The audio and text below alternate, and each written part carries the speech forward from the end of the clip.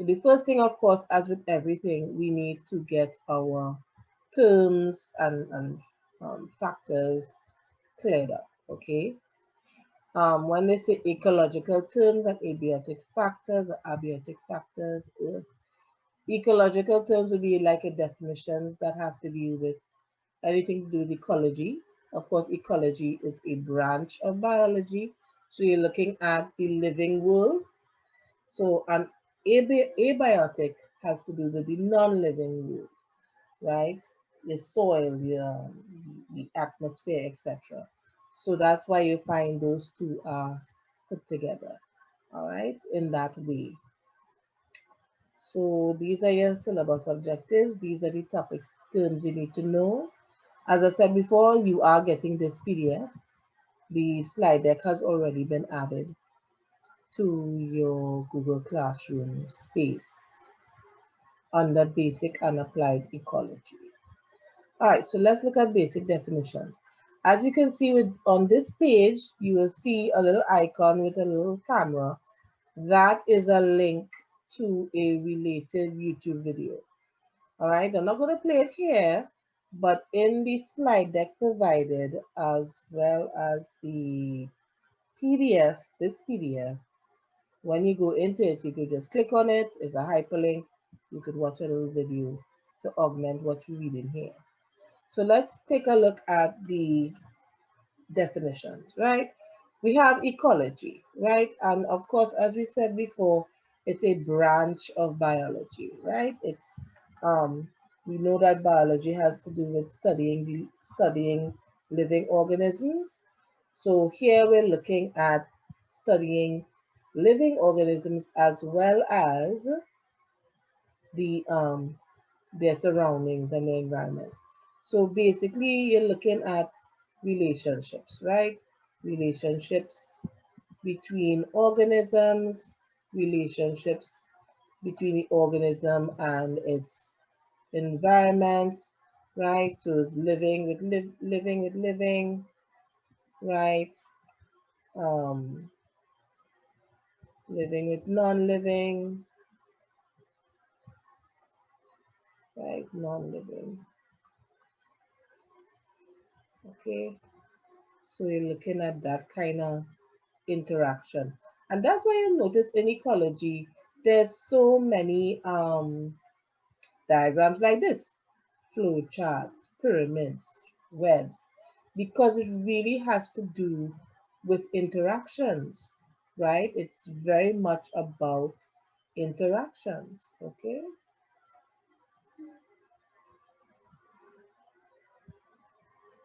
So when you think about ecology, you're really looking at how living things interact with each other and with the non-living world, with surroundings.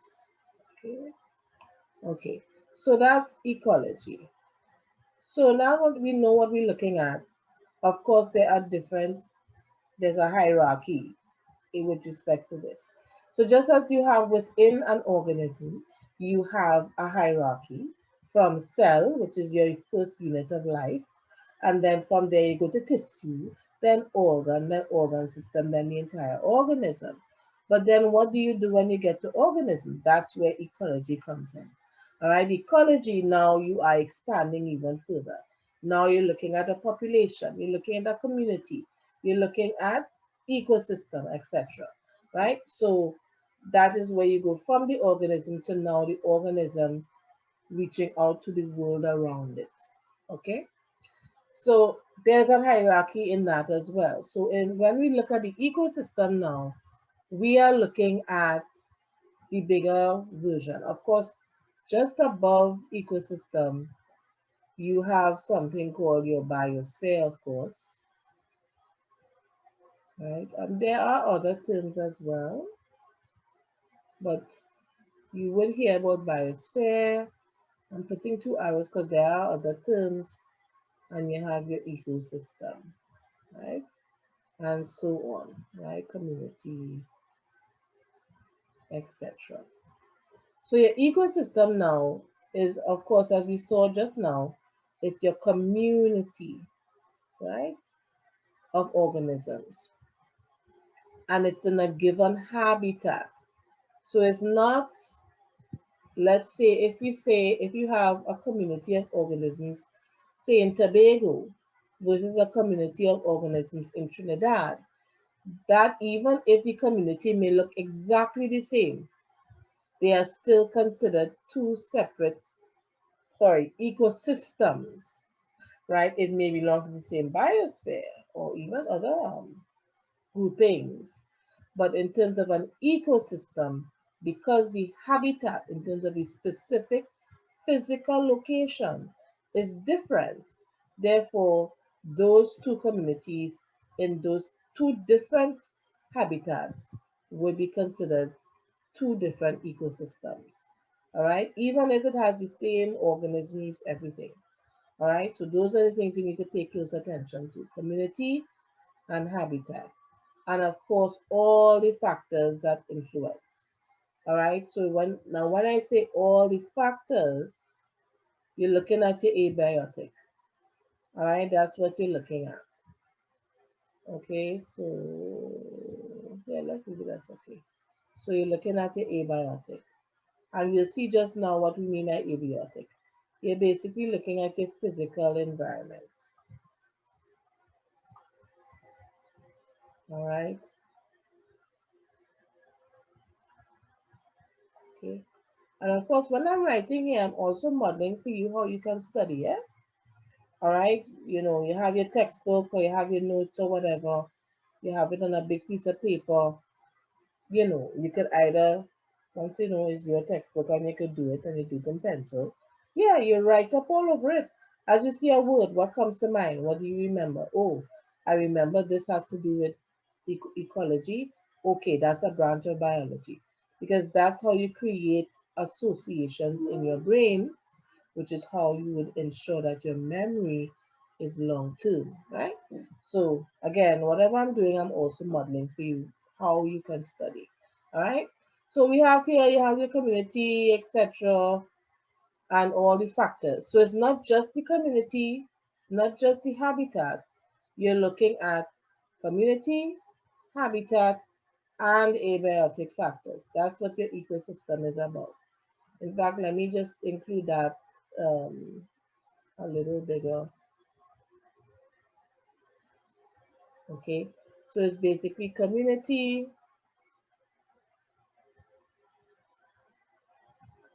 plus habitat plus physical factors, all working together. All right, all interacting with each other. Okay, because yeah, it's some physical factors are actually influenced by organisms. Yeah, so there's that interaction going on. All right, that's your ecosystem. Now that's important to remember because people often mix up community and ecosystem. They see it as the same thing, but it's not. All right, the community is just dealing with the living aspect of it, all the living things, whereas the ecosystem is taking into account the living things, where they live, and all the different factors that have to do with where they live. Okay. So that's your ecosystem. So let's look at, of course, as I remember, as you said before, that just means it's a hyperlink to a little video you can watch. So let's see what we mean by abiotic versus biotic, right? So abiotic is, of course, your non-living. Let me use a prettier color. Let's try this one. So the other one kind of wonky. Right, so we're looking at non-living. Right, that's what abiotic is. Another term you can use is, um, of course, physical. All right, let's see. And of course, it's not just any old non-living, eh? Okay, for example, um,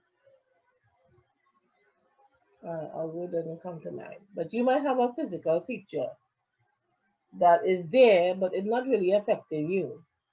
So it's not really an abiotic factor to you. All right. Well, to the organism that's there. Okay. For example, a fish in the ocean, the water, the oxygen in the water, all of that has an impact on the fish, right? That is what the fish is interacting with. However, the floor, the sea floor, if it's a fish that lives in the upper levels of the sea floor doesn't really affect the fish that is living at the upper levels. All right, so for that fish, the sea floor is not the abiotic factor. That's why marine biologists, they will understand that when you look at the ocean, you have specific layers defined in different ways. Another perfect example, sunlight is passing through that same water. Beyond a certain depth, sunlight doesn't get through, right? Beyond a certain depth, it's dark. So as far as those organisms are concerned, light is not an abiotic factor. In fact, it's the opposite. It's the absence of light that's an abiotic factor because there's no light getting there, right? So that is really important to pay attention to. It's the non-living that influence, that word influence the organisms. Those are your abiotic factors. Okay? And of course, in the community, which we will see what community is about just now. So we have some nice examples, right? We have climate, we have temperature. So the climate will be like, is it a temperate area? Is it a tropical area? Is it a desert? Right? Does it get regular rainfall or does rainfall every now and again? So climate has to do with weather patterns, right? Temperature will be an actual weather condition. Is it hot? Is it cold? Is it humid? Well, not humid, but is it hot? Is it cold? Is it medium? Right? And what it might be cold for us here in tropics might be not be so cold for someone to see in Canada, right? Light intensity, right? How we just talked about what happens in the ocean. How much light does the area get? All right. How much light is available? Is it a shaded area? Right? Certain plants like ferns or like this thing. I forget the name for it, but there's a certain plant that grows well in shade. A lot of plants they grow well in shade. Dasheen bush grows really well in shade. All right. So light intensity, is it a shaded area? Is it an exposed area? All right, so let me write that in. Okay, is it shaded? All right. Okay, is light getting through? Well, I won't put that part because that has more to do with light access. Temperature, of course, you're looking at your temperature, high, low. Climate can be considered as your weather patterns.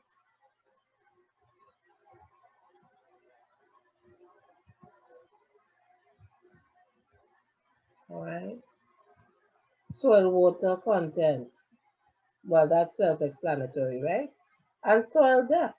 Yeah, that has an impact as well. Certain organisms, like the naked mole rat, lives at deep levels. You have certain snakes that live deep under the soil. And then there are certain organisms that live just, like earthworms, etc. They would live at the upper levels. And of course, the plants would be affected by this too, because at the soil depth, it affects water content, right? Because we all know about the water table, how much water is in the soil, all right? How deep do the roots go, right? Plant roots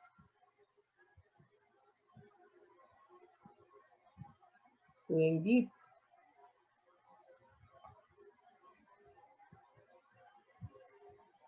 right? For water, all right? That's also something that can have an impact.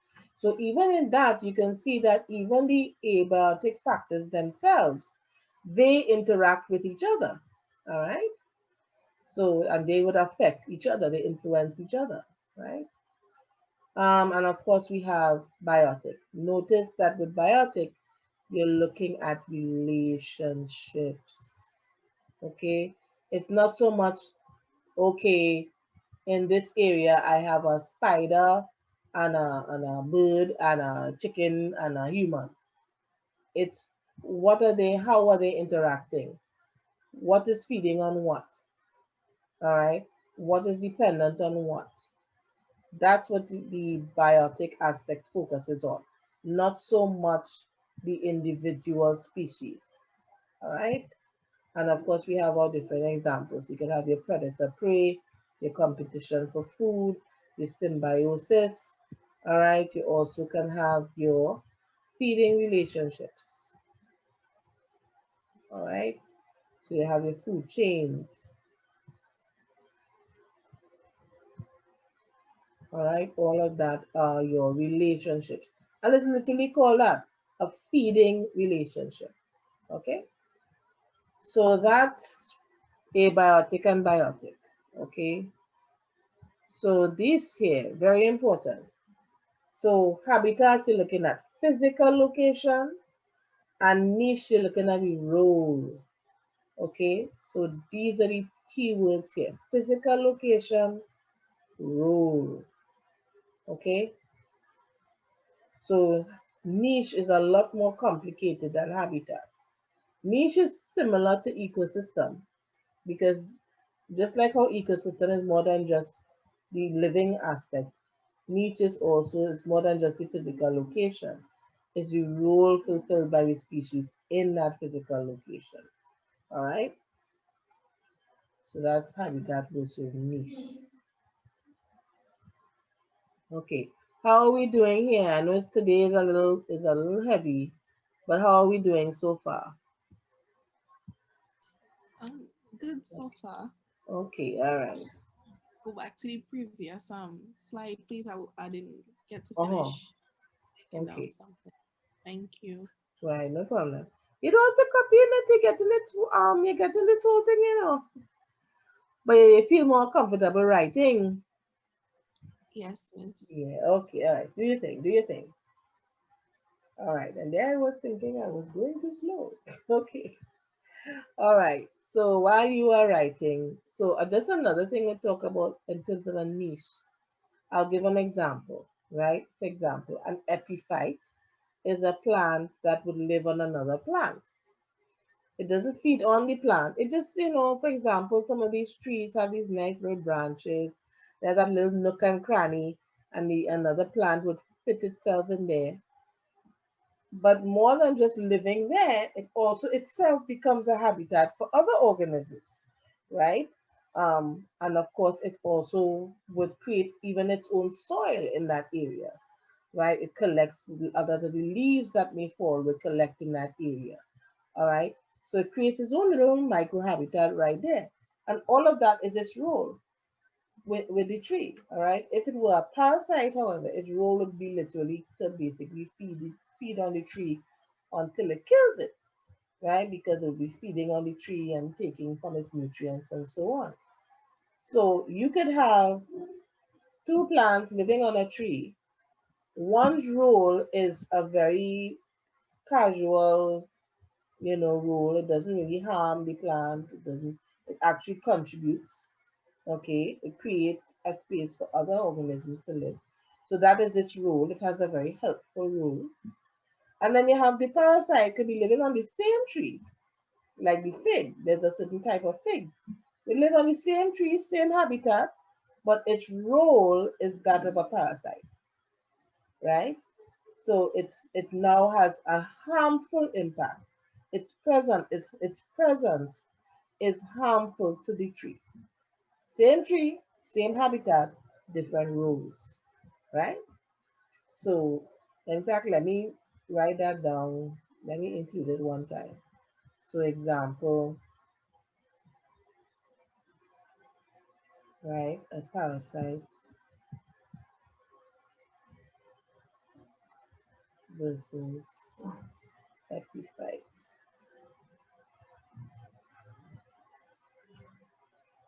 on the same tree.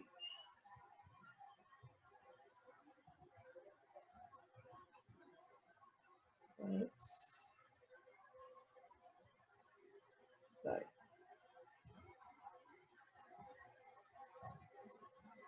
Same tree, same habitat,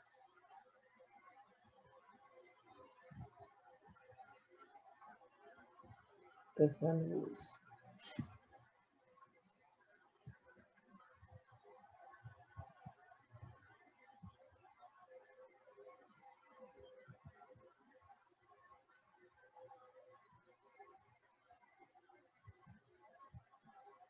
right?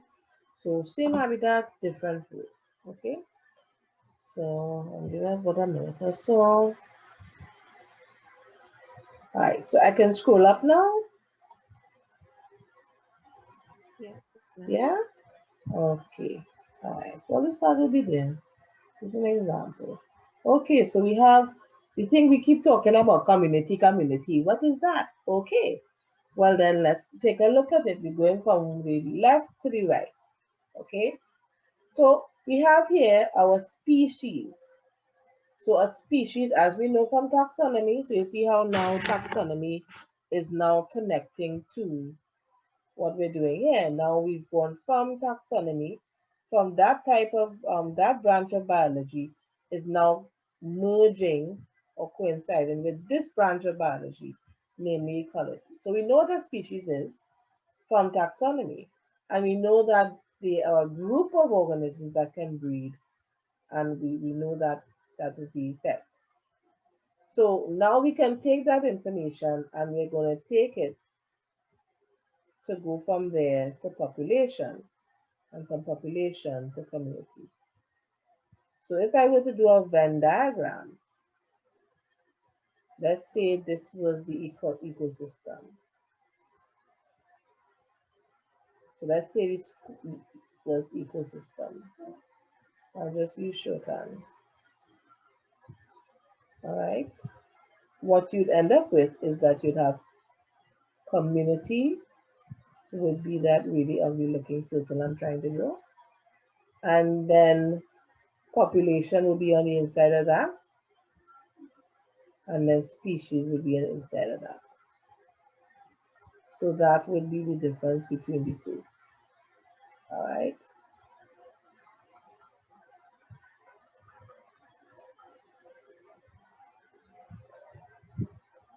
And I've just made it look even worse. Sorry about that. Just like, why, Christian, why?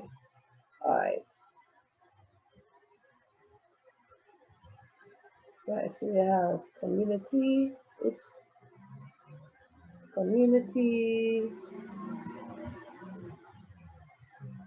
population, species, right?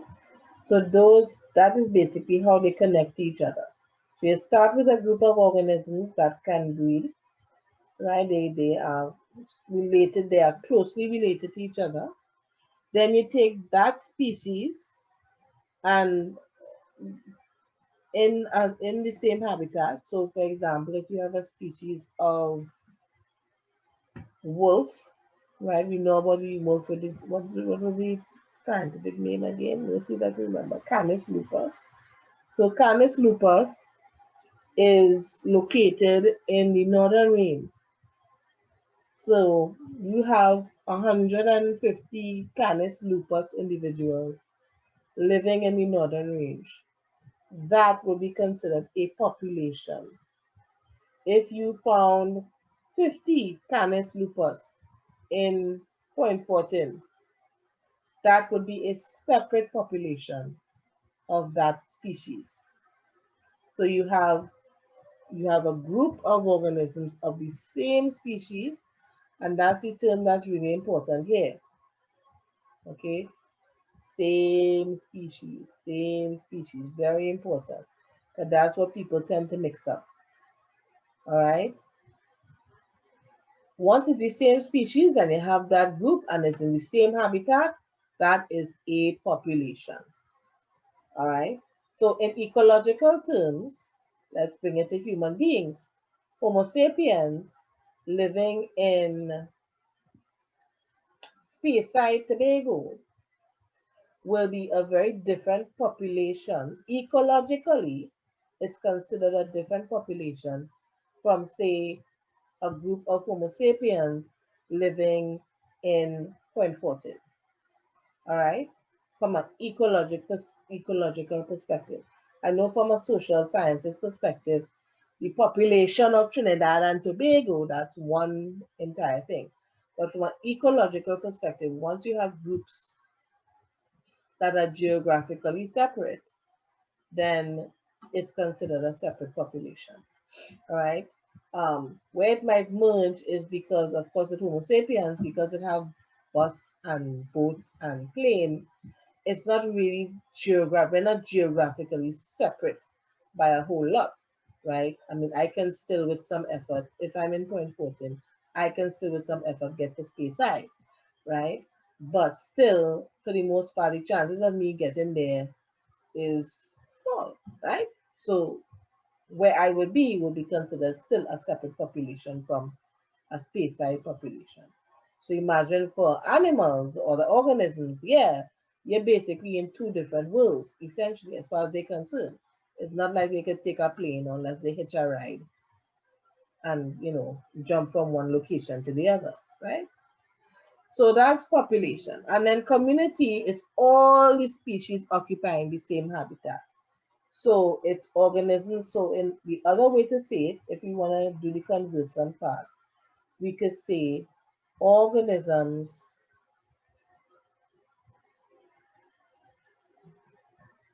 of different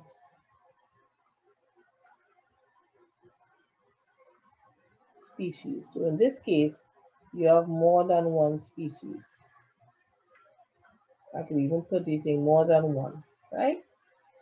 So that's community now. So community would be you go back to space side, and now you are looking at not just the Homo sapiens, you're looking at you probably have some canis lupus, the wolves. You probably have some flies, mosquitoes, um, cockroach. I'm calling out all the gross stuff. Then to get some other nice dogs, cat, goat, sheep, you name it. Um, not so much. Yeah, fish, yeah. Stateside is by the sea, yeah. Let's keep it terrestrial. So all the lizard, iguana, you name it, right? Frog, all of them living in that one space would be considered a community. So ecologically, from an ecological perspective, community is basically all the species in a given space living in that given habitat, right? So it's not just that they happen to show up and then go. They're living in that space and they're interacting with that space and with each other, all right? And that should also be mentioned here, right? They are interacting with the space and with each other.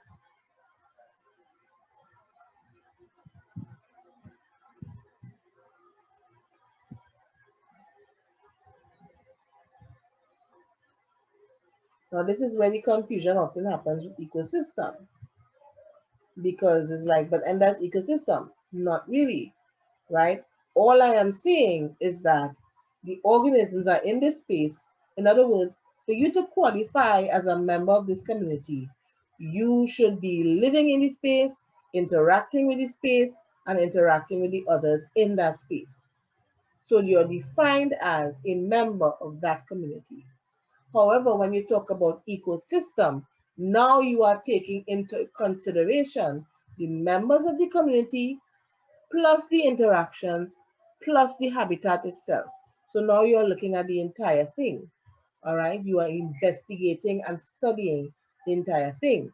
Whereas if I was studying a community, I would only be studying the members of the community, the living organisms of different species.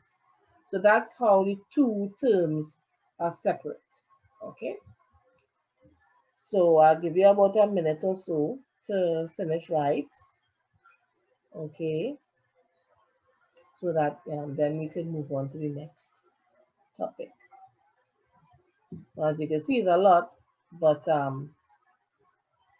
think once we get through this, it's gonna put you in a really good place with respect to this topic. All right. Okay. So I'm scrolling up now. All right.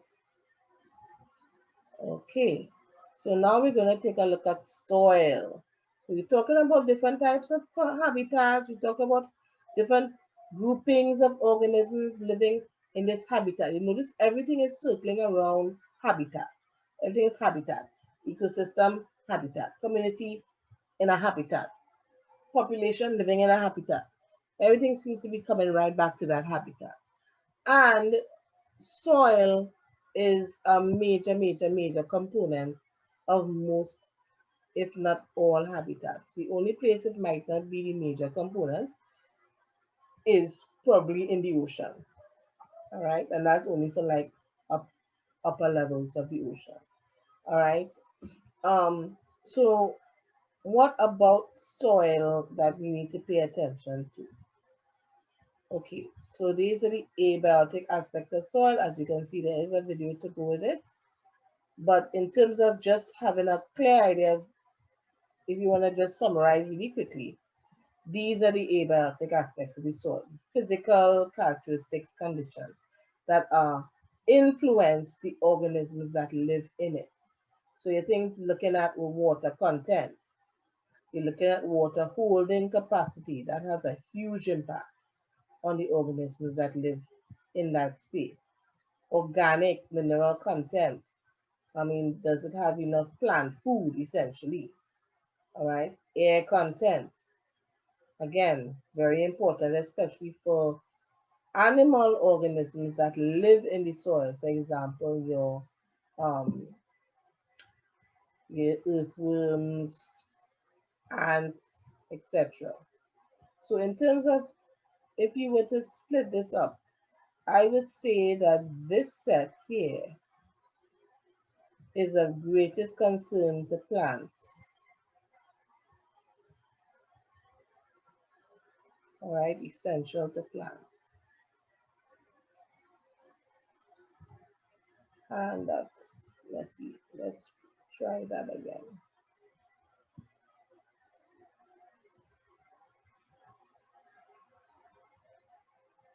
I should probably put on that side.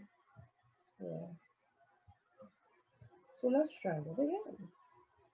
So we have here essential to plants.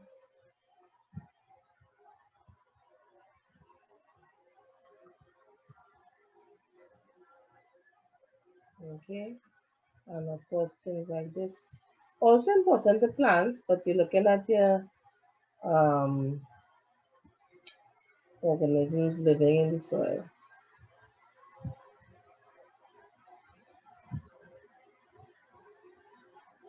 Very important to them.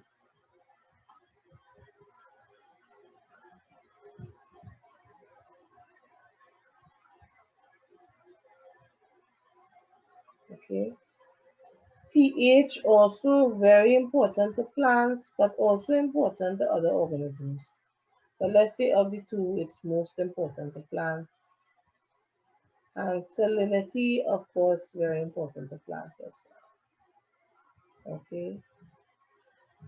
Now, with respect to pH,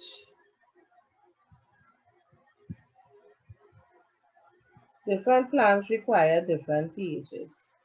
They don't all require the same pH, right? So it depends on the plant. Like certain, well, horticulturists would know about that, right? Certain plants, you actually have to make the soil more acidic for it to thrive. And in some cases, you have to actively make the soil more alkaline for it to thrive. All right. So that's basically this here. Okay. And now,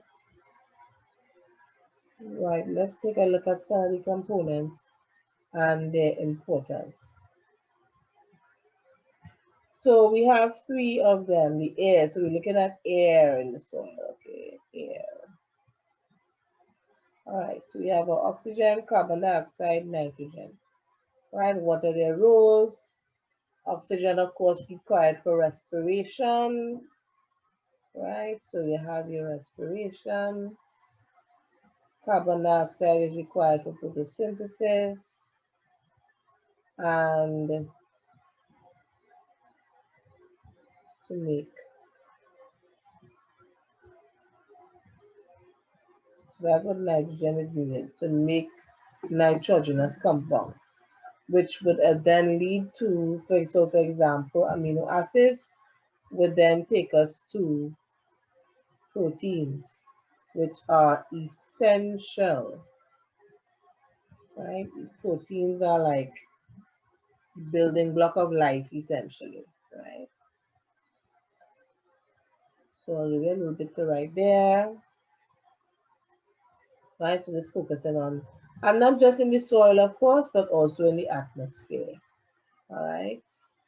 As a part of this. So here we're looking at atmosphere as well as soil. Those are the two guys that usually make up the bulk of most habitats, soil and atmosphere, right? Okay, right, I'm gonna scroll now. Anytime you need me to not scroll, just let me know, okay? All right, so we have our other abiotic factors, right? And there are tons. We could never write down all, okay? But for this here, these are some of the ones that we want to focus on. Of course, light and temperature, apart from soil conditions, apart from air, the atmosphere, and the soil. You also have things like light, which is like the very, without that, everything else dies because that is what plants, green plants, use to produce food, which the rest of us live off of, right? So light is like the be all end all of everything. Temperature, again, very important because your body can only function at certain temperatures because certain chemical reactions occur at certain temperatures. And we know that's because of enzymes. Yes, right? So this brings us back to our enzymes. Okay, because it's facilitated by enzymes.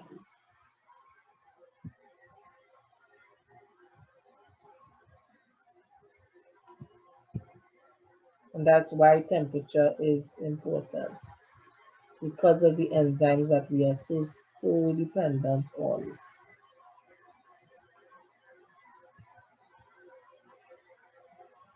Right? Otherwise, yeah, if we had enzymes that were not heat sensitive, and there are enzymes that are not heat sensitive, we could do like some of those microbes that live under the water next to, hydrothermal vents where you have temperature of kind of 80 degrees Celsius, boiling water, and they're living happily because they have heat strong enzymes.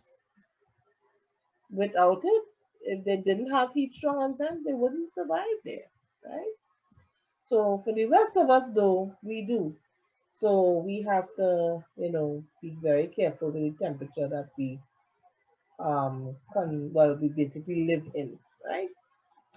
Of course, you have other things like maximum minimum temperature, light duration, so things like the day-night cycle, yeah. So when they're doing daylight savings time, that thing where mommy will tell you don't let the sun meet you in bed, right? Things like that. That affects your sleep cycle. Turn off the light when you're sleeping. All of that has an impact on an organism's health and how organisms live. You have some organisms that are nocturnal. They come out at night, right? Or the rest, well, like the rest of us, we are diurnal for the most part, right? And what's the light wavelength? Well, of course, plants will absorb light of very specific wavelengths, and light of certain wavelengths, you get to the point of being UV rays, ultraviolet rays, which would of course be radiation that can be harmful to us if too much of it gets to us. It can cause a lot of harm. That's why I have the ozone layer and so on. All right. And that's also part of the reason why you will not really find much organisms living in the really high levels of the atmosphere, like the stratosphere, because at those levels, the exposure to radiation is really high. So, yeah, it don't really make sense trying to live up there, right? Because, you're going to be messed up really badly, okay? So, that's the temperature, light duration, light wavelengths, okay? And that's basically it for your terms, for your abiotic, abiotic, etc. So now we're going to take a look at food chain and food web relationships. Okay, and these are the objectives that are covered. It looks like a lot, but most of them is really straightforward. Okay, it doesn't really take much. Most of these are like literally a definition. Identify, identify, identify, identify. That's four of them. Construct, make a food web. This is probably the heaviest one there, right? And this one too. All right. So it's not as heavy duty as it appears. So this just goes through the different terms, right? So you have your organisms that can make their own food, and these are called your producers, all right? And of course, most are plants in certain conditions, certain bacteria producers, and most of them use light energy to manufacture nutrients, namely glucose, which is then converted to other nutrients. There are other, for example, there is another process called chemosynthesis, but again, thankfully, that's not really in our area of focus at the time. It's just good to know that photosynthesis is not the only game in town when it comes to manufacturing your own food, right? So you have your producers, most of them are plants, and they use light energy. So the terms you want to focus on here is, of course, producers, plants, light energy, and photosynthesis.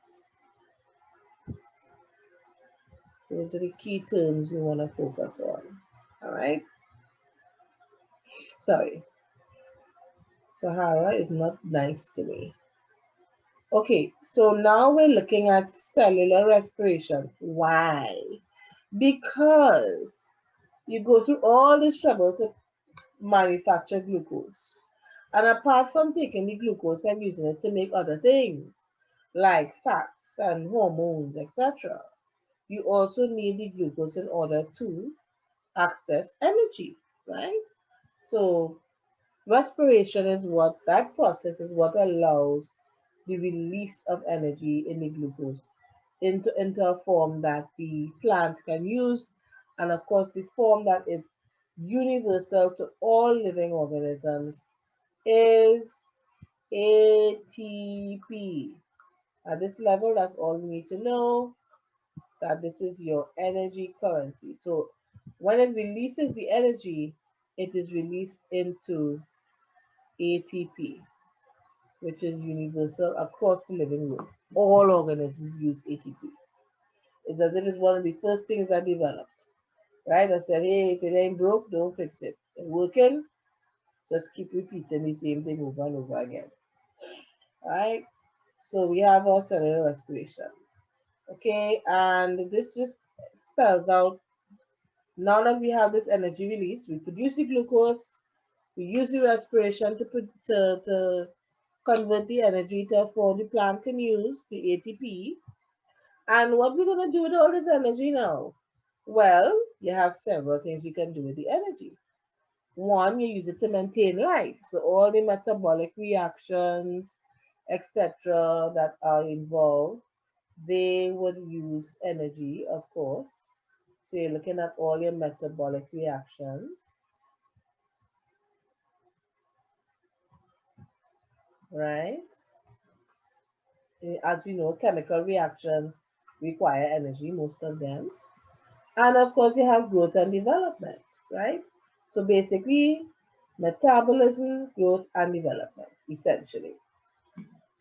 But that's not all that happens with that, all of that energy that's released, all right? Some of it is not used. So in other words, you have excess, okay? And this is where I'm going to move my thing a little bit out of the way, right? So it's surely better. Right, good. Okay, so we have here, I'm trying to make sure everything, right, good. So we have here Some of the energy is in excess. I have all this energy, but I can't use all. Especially given the fact that plants don't really move around much. They just grow and look wise. So, you're gonna have a lot of excess energy, which is great for us, right? Because we are now going to feed on those plants and get energy that way. We can't stand out in the sun and manufacture food. We have to man to access the food from elsewhere. And plants, of course, provide that food either directly or indirectly. Okay, so any energy that's not used by the producer is passed on to organisms that cannot synthesize their own food. How the organism feeds on the plant, on plant products, and we get whatever nutrients, etc., that we need.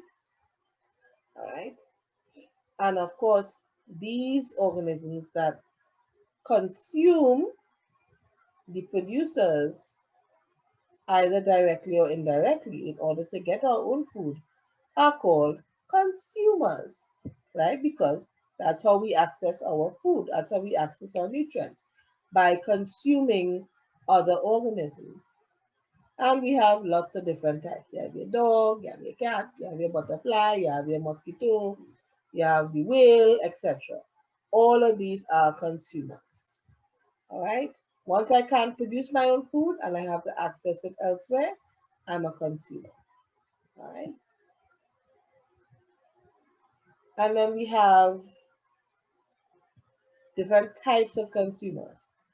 So those consumers that access that energy from the plants directly, they get it straight from the source, right?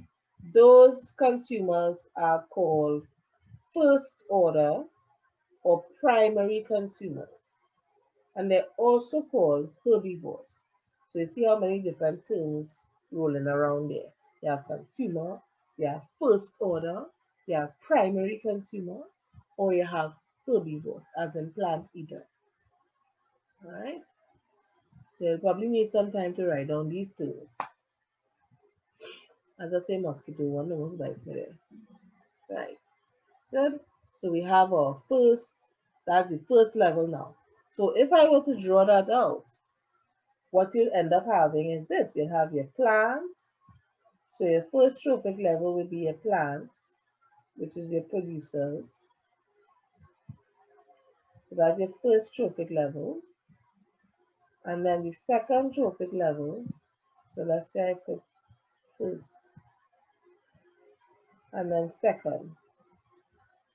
Second trophic level would be your primary, and this is shorthand for primary consumers. So far, this is how far we've gone.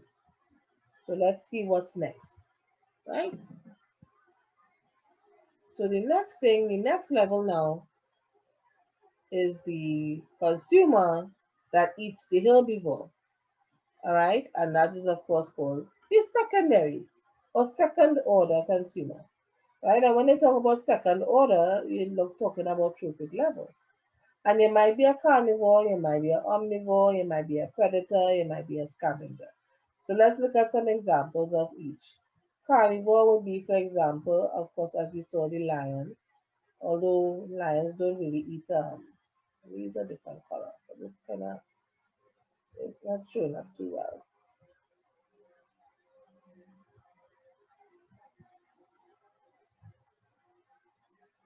Let's try a different color.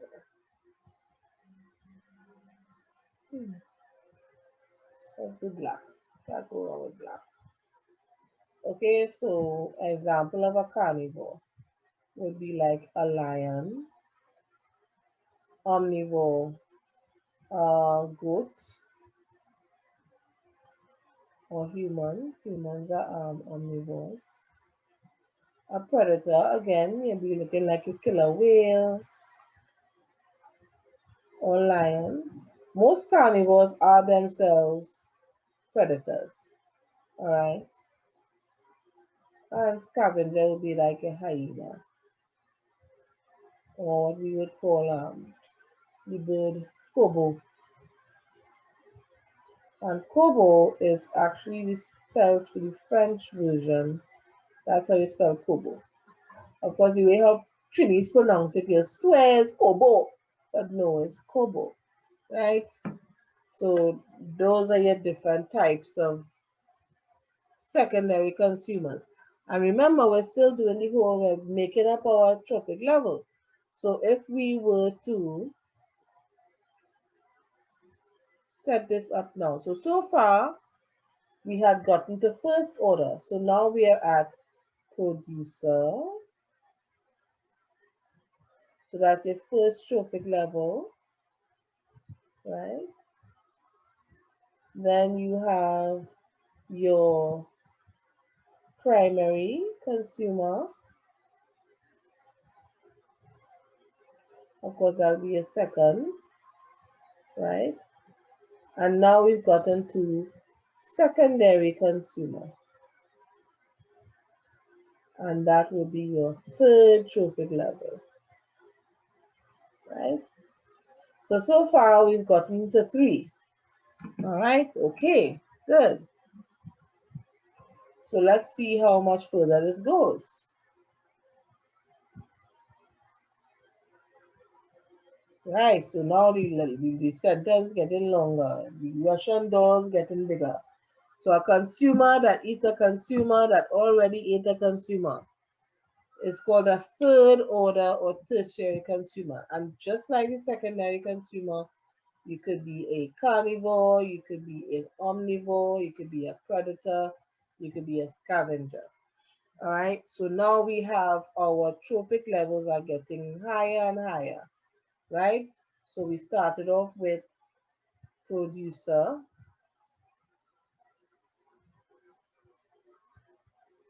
Now we're going up to primary consumer. Then we go up to secondary consumer. And then you go up to tertiary consumer.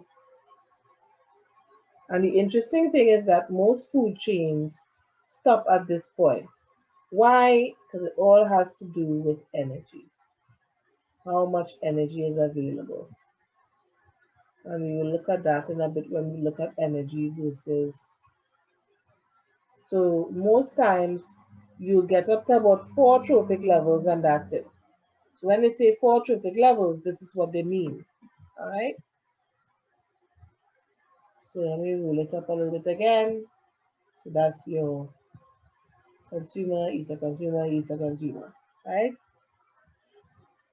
So okay, I'm gonna assume that I can roll it up again. All right. And just like the producers, the energy that they obtain is divided in different ways. So you have maintenance of life, growth and development. You lose heat to the surroundings. Producers do it as well, but remember they're not as active, so they're not gonna give off as much heat. Anybody who stood next to someone who just had a good sweat for lunchtime or in the afternoon, they went and played some football or whatever, right? You stand up next to somebody who just had a good workout on the field. They literally feel the heat coming off of them, right? So you're giving off heat. So you're losing heat. You're losing energy to the surroundings as heat. And of course, you're gonna always have some extra. So that extra is stored in your body. All this energy that used to make up your body, your muscle, fat, skin, etc. All of that is a form of energy storage. All right. So, and that this energy here, this here is what becomes available to the next trophic level.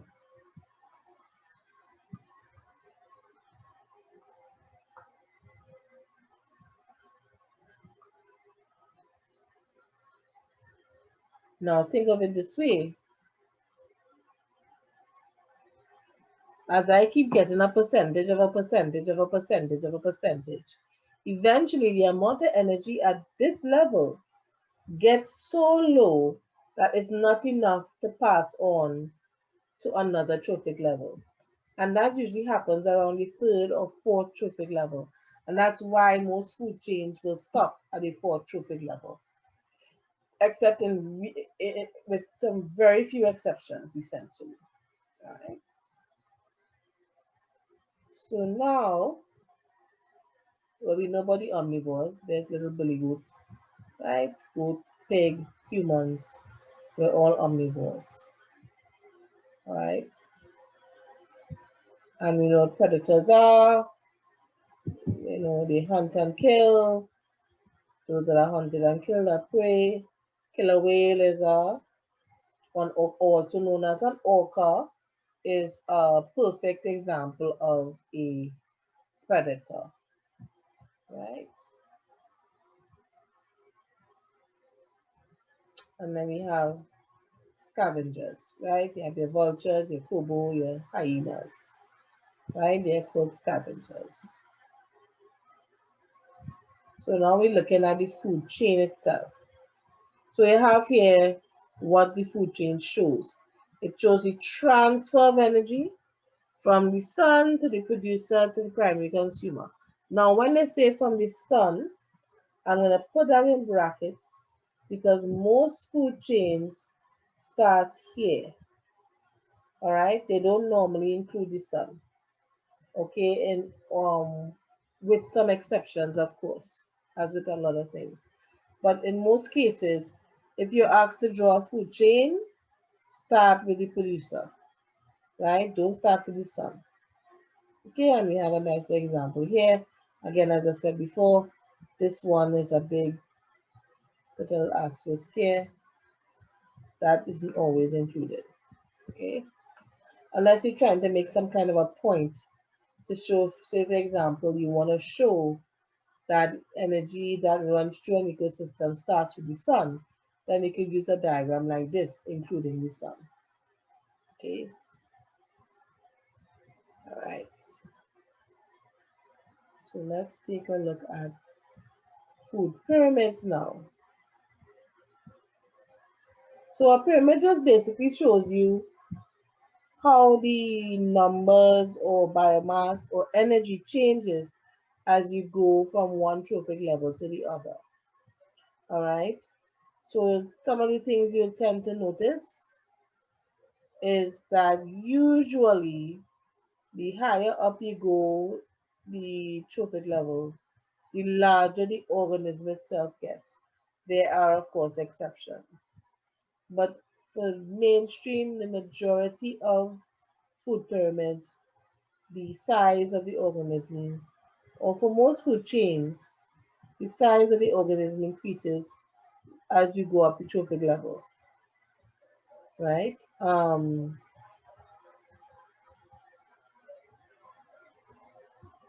Right. Pyramid of numbers usually looks like a typical pyramid.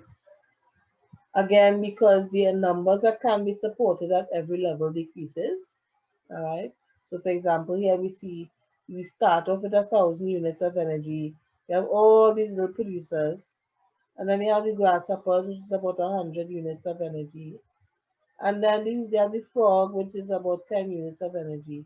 And then you have the top level consumer, which is the first unit of energy. And if you notice, you haven't even one, two, three, four. You got your four trophic level, stop. Of course, you have exceptions, which you would have come across in the question. Example, if you have like a plant being fed on by many microbial or smaller organisms, then the pyramid tends to look a little like this. So the exception usually looks something like this, where you have the bottom part, like you have one plant, and then you have like maybe larvae, as you saw with that question, or aphids, and then you have some consumer feeding on the larvae. So it's like the pyramid goes upside down and then writes itself by the third trophic level or the fourth trophic level, right? Very rarely you'll see a completely upside down pyramid. More often than not, you'll see this as the exception. All right. Right, so you have here plants, many individuals, right? Maybe ants or aphids or something, larvae, and of course you have your other consumers,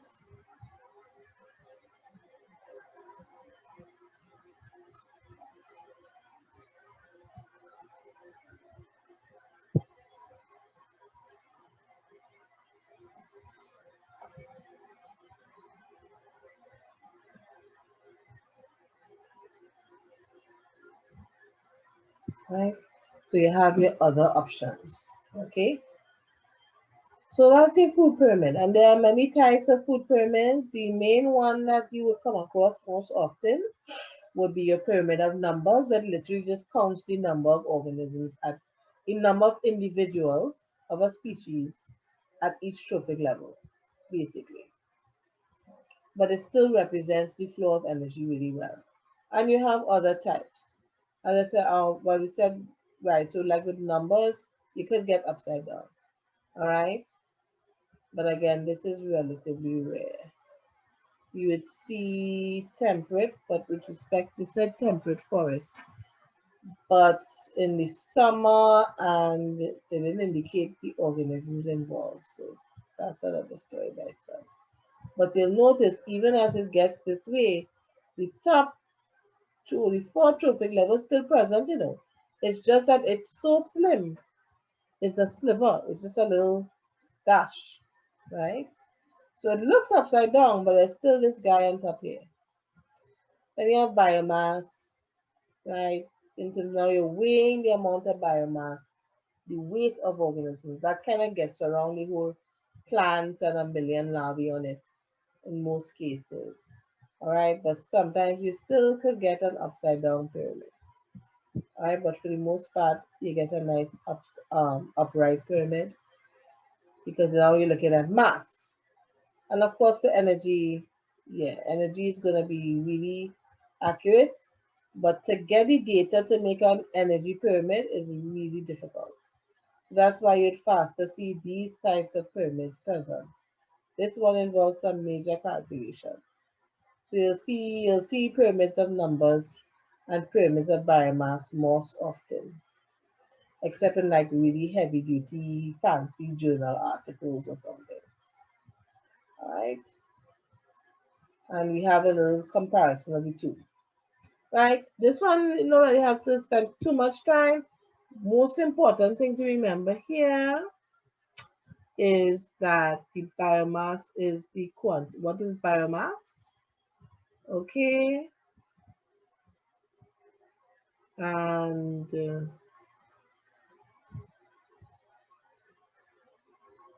what is pyramid of energy? Right. So pyramid of energy now, that's where they do some calculations. And even then, you can't really do a perfect calculation. You estimate the energy, right? You do some estimation based on the data you have, and that is how you get a pyramid of energy.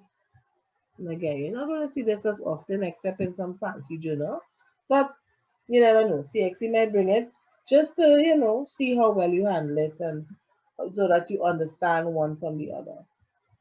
You're hardly ever, ever, ever going to get an upside down pyramid of energy because, again, it's reflecting the actual flow of energy from the producers up to the fourth trophic level consumer. All right. Okay, how are we doing for time? Okay, we will finish this part. Might be able to do the question, but you can work on that. We could always come back to that and work on it. Right, so food webs now. So food webs are basically you take a set of food chains and you connect them, right? And they're more accurate because the reality is that most organisms have more than one food source and more than one predator, right? Most times. Only exceptions would be like top predators and of course producers, right? Um, and we tend to, as I said, more than one food source, more than one predator. All right, so that's what the food web reflects. So you'll find, so for example, this deer. So let's look at this deer has one, two, three, right? It feeds on the grass, but it has two predators, right? I'm not sure why this little thing in the jig, I can't place it. I think it's a flea or something, right? So that is an example where you have different organisms with different predators or different food sources. You'll find for like these top consumers, they wouldn't really have any predators, but they have lots of food sources, one, two, three, four. Because remember, once you get to that level, the amount of energy available to you per species is not as much, or per trophic level is not as much. So you have to kind of diversify your palette, basically, right? So those are some examples. As you can see with the plant, it doesn't have any predators. Sorry, it doesn't have any food source except the sun, but it has lots of things feeding on it, right? So those are the kinds of differences you'll see in a food web. Some have lots of food sources, but very few predators. Some have one major food source, which is the sun, basically, and lots of stuff, lots of organisms feeding on it. And then you have some organisms that have more than one food source and more than one predator. All right. I didn't really see any. Also, in this case, it's one and then more than one predator. Okay. So now let's take a look at just as an example. Of course, you can always go back to this and try it out, how many food chains you can find, right? Predator-prey relationship. So you have predator, you have prey, and one of the things we find interesting is that when you look at a graph of their population changing over time, you find that they cycle in sync with each other. So when the population of one goes up, the population of the other goes up as well soon after. And when the population goes down, the population of the other goes down soon after. And that makes sense because if I'm the predator and I'm depending on you for food, if your population goes up, yeah, it's a buffet. I'm feeding, I'm happy, and I'm going to be making lots and lots of offspring because I'm happy, right? But then, as we all do, we don't know how to stop. So you overfeed, and now you drive the population of the prey down. And of course, as the population of the prey goes down, your population goes down as well because now starvation sets in. And then as starvation sets in, the prey gets a chance to breathe. There's not as much predators coming after it, so its population will go up again. And so on and so forth. So this up and down, right? So that's basically that predator-prey relationship where their population sizes over time tend to be in sync. All right. So that's predator-prey. I beg you, don't go for notice how to write down all of this. Okay, you can probably sketch the graph quickly and just write what I said that the population sizes tend to be in sync. In fact, I could probably write it down here too so that it can stay on the slide for posterity. So, let me use a different color.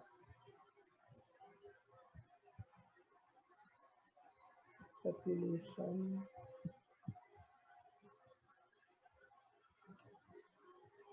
sizes tend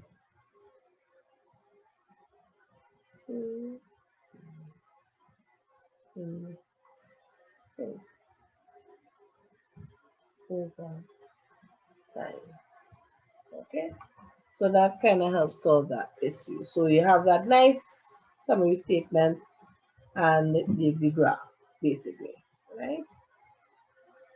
And decomposers, and this is the one where you actually have to explain. So this one will take a little time and energy. This, what you see here is a type of fungi under a microscope, all right?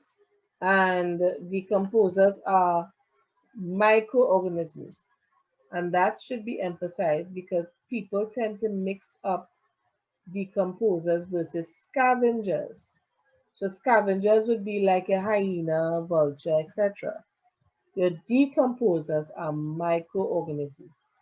They're the ones that, yes, they also feed on dead and decaying matter, but they actually break down the dead and decaying matter chemically and respire. Um, Hyenas, so on, they break the food down physically in that they will take a dead organism and eat it. All right. Um, and so therefore it will remove it from the environment because it eats it. However, what the microorganisms do is that they break down that dead and decaying matter to other chemicals, right? They change it to other chemicals. So think of it as if the entire ecosystem was a digestive system, the hyena, the scavengers would be like your teeth, and the um, microorganisms, decomposers, would be essentially your enzymes in the rest of your digestive system, breaking it down, right? Breaking it down to other chemicals that can then be used, go into the soil, go into the air, etc. All right. When you look at the nitrogen cycle, the carbon cycle, well, the nitrogen cycle in particular, you're going to see that kind of change a lot. Okay. And of course, when you're thinking about decomposers, you're looking at these guys, bacteria and fungi. All right, and you see they use enzymes. Okay, and it releases carbon dioxide. So it's an active role in carbon cycle. Okay, so those are your decomposers. Okay. Again, please don't hurt your hand and write all of this down, but you can pay attention to the highlighted parts. Okay. All right. So before I move on to the next slide, I know I've been talking your ear off. How are we doing? How are you feeling? Is there anything I need to go back to and just quickly review again? No, miss, I'm doing all right. All right. Okay. Good. Good. Nice. So symbiosis now. This is where you're looking at other types of relationships. So your three main types. You have commensalism, parasitism, mutualism. So I like to call commensalism like a casual kind of thing in that one person benefits, but the other one isn't affected one way or the other. It could be here or there, don't really matter. All right. Epiphytes are great example of that. They live on the tree. They are happy. They get to create their own little, environment, their own little micro habitat. It's doing its thing. But as far as the tree is concerned, it's just okay. There, not there, don't really matter.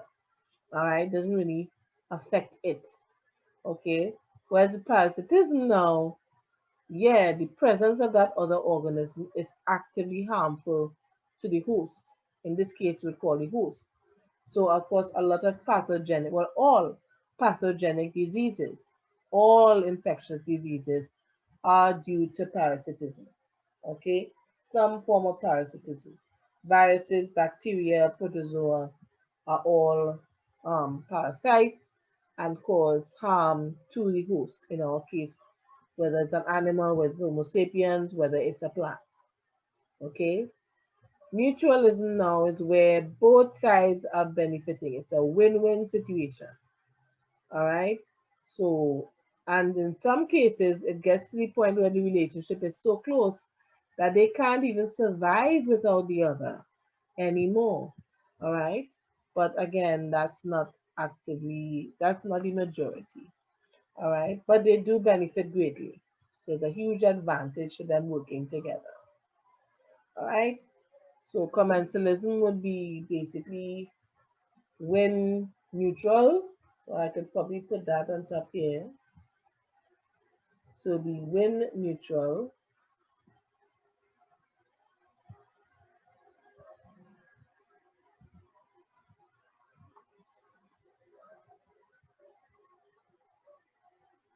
This would be win lose. One side wins, one side loses. And this is your win win. And you know about that in business. Win win, Good negotiators always try for the win-win option. All right. And of course, the parts where you see the little blue with the hair underline, that takes you to what did I take this to? I think it's either to another link giving you a little more information and or maybe a video. It's a while since I did this, put this together, so I can't tell you off the top of my head. All right, so those are your three types of special relationships that you need to pay attention to. Okay, and now this topic, which is very important because it comes up all the time and it's at the heart of everything that goes on. Energy flow versus material recycling. Notice how that's put together. All right, of course, you have your objectives as usual, and you have here your energy flow. So, energy flow, very important to remember, is one way. I didn't include it here. Okay, so then for I will write it in one time. Energy flow is one way.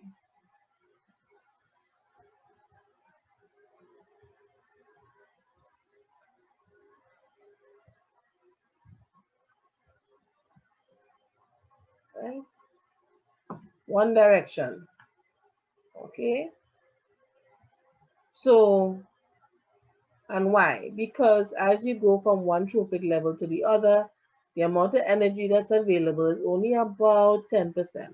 Of course, as you go deeper into biology, you're going to come across major debates about that. But for us, 10% is sufficient to talk about. So, so if I start off with 1,000, you go from 1,000, let's say at producer level, I have 1,000, as you saw in the pyramid of numbers, I have 1,000 units of energy available to the next. I shouldn't say that. At producer level, I am dealing with 1,000 units of energy. I have 1,000 units of energy available to me that I'm using to carry out metabolism, I'm using it to grow, I'm using it to develop, etc. 10% of that is stored away, it's my excess that is now available to the next trophic level. 10% of 1,000 is 100. So that's your primary consumers. So your primary consumers like, oh yay, 100 units of energy. Oh, so much. You know how we used to feel about $100. Now $100 is like 20. Like, oh, $100. And then as soon as you break it, it's like, right? So you're there, you use your 100, you have your 100 units, you use it to carry metabolism. You're an animal, so you're running about, you're doing lots of different things. And 10% of that is the excess that goes to the next trophic level. And 10% of 100 is 10. Yeah, 10. Watch my brain. Right, 10. So now this next level is like, ooh, getting a little more conservative because I only have a tenner, right? And 10% of that becomes available to the next trophic level. So again, by the time you get to the fourth trophic level, yeah, you are very limited as to how much energy you have available to you in terms of food. And that's also why, as we saw on the food web, a lot of these top consumers don't depend on just one source of food. They depend on three, four sources of food. It's just like in finances when they say diversify your income, right? You don't just depend on one source of income because, especially these days, a source of income is not as, it's like literally that one that you get in. So you have to diversify. So the same thing is happening in your food web. You have, by the time you get to a top consumer, it has to diversify in order to ensure that it survives, ensure that it does not run out of food and run out of energy, right? And of course, this then explains why only 10%.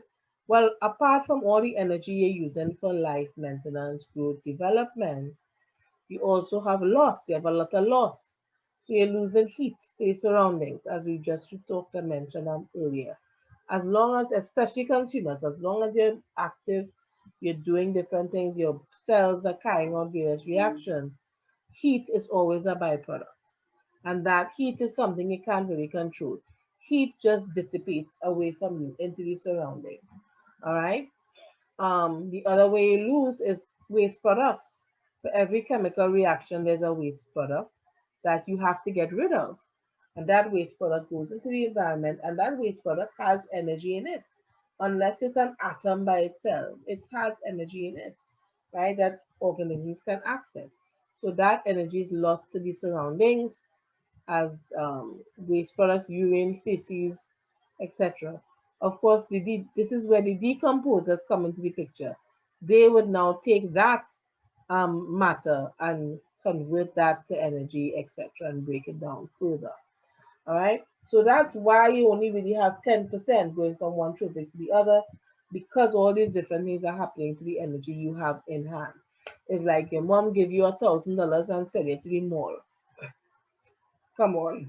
By the time you come out of that mall, you're lucky if you have passage, right? You go on a shopping spree, right? So it's just like that, right? Every organism has a shopping spree of energy with the energy that they have, right? So that's basically energy flow, one way, right? Okay. So now we're just going to look at a diagram. So it's showing you all the different ways the energy is flowing. So you have the dead organisms and waste matter from producers and from consumers going to your decomposers, and everybody is losing heat. Everybody is losing energy as heat. And whatever's left, it goes across from one trophic level to the other. You'll notice that decomposers don't really belong to any particular trophic level because they basically feed on everything and everybody, right? Once you die, once you give up waste, that's what I'm feeding on. So I'm not really directly connected to the trophic levels. I am aside from it and feeding off of whatever comes off that food chain, right? But they're very important, yeah. So that's a nice little diagram, just highlighting and giving a little illustration of the issue. Okay. So I think we have one more. All right, nutrient cycling. So nutrient cycling is, again, please don't try to write out all of this. It's very different from energy flow, of course, because nutrients are a lot more tangible and they can be converted from one form to the next, to the next, to the next, to the next, to the next. And it keeps going like that. So you'll have a form of the nutrient that lives in the atmosphere. You have a form of the nutrient that lives in the soil, a form of the nutrient that lives in organisms, and via various chemical processes is converted from one form to the next as it moves to these different locations. So for carbon, carbon is the nutrient. Let's say carbon is one of the nutrients. In the atmosphere, carbon is carbon dioxide. Then when it's taken up by the plants, so via photosynthesis, it's converted to carbohydrates. And then the plant dies or gives off, drops off leaves, etc. Then you're looking at other carbohydrates. You can look at if it's microorganisms millions of years ago. Then you're looking at fossil fuels, you're looking at alkanes and hydrocarbons, right? Hydrocarbons, including alkenes, I should say. And of course, you have all these other chemical forms that it takes, right? Carbonate, etc. And that is a cycle. So whatever chemical you come across has been around for millions of years in one form or the other. All right. And that's important because unlike energy, where there's a constant input of energy from outside, nutrients, different nutrients that we depend on, there isn't this constant influx of nutrients into the plant, into the planet. It's not like a meteor strikes the earth every 5 days, bringing with it more carbon and phosphorus, etc. Right? Whatever is on the planet, that's it. That's what we got. That's what we have to work with.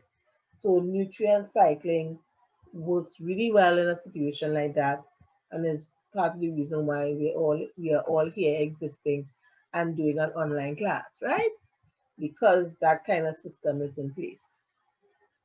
All right, so that's your nutrient cycling versus energy flow. Energy flow, one way, nutrient is cycled and recycled continuously. And that's it. And you can look at assessments, etc.